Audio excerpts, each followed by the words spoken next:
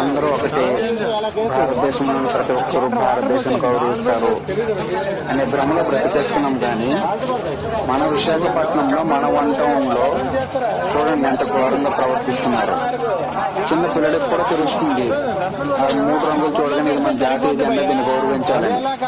ముడ్డు కిందకి 30-40 ఏళ్ళు వచ్చిన పెద్ద మనిషికి తెలియలేదంట అది కింద పడుతుంది కదా అని చెప్పి దాన్ని బహిరంగంగా అన్ని జెండాన్ని కాలుస్తున్నాడు.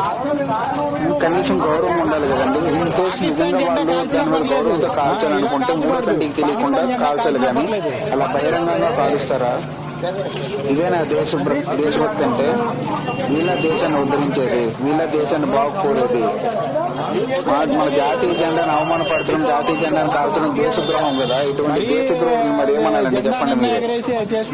దీన్ని సత్వరమే అందరికీ షేర్ చేసి వీళ్ళపై తగిన చర్యలు తీసుకోవాలని చెప్పి నేను మనస్ఫూర్తిగా కోరుకుంటున్నాను.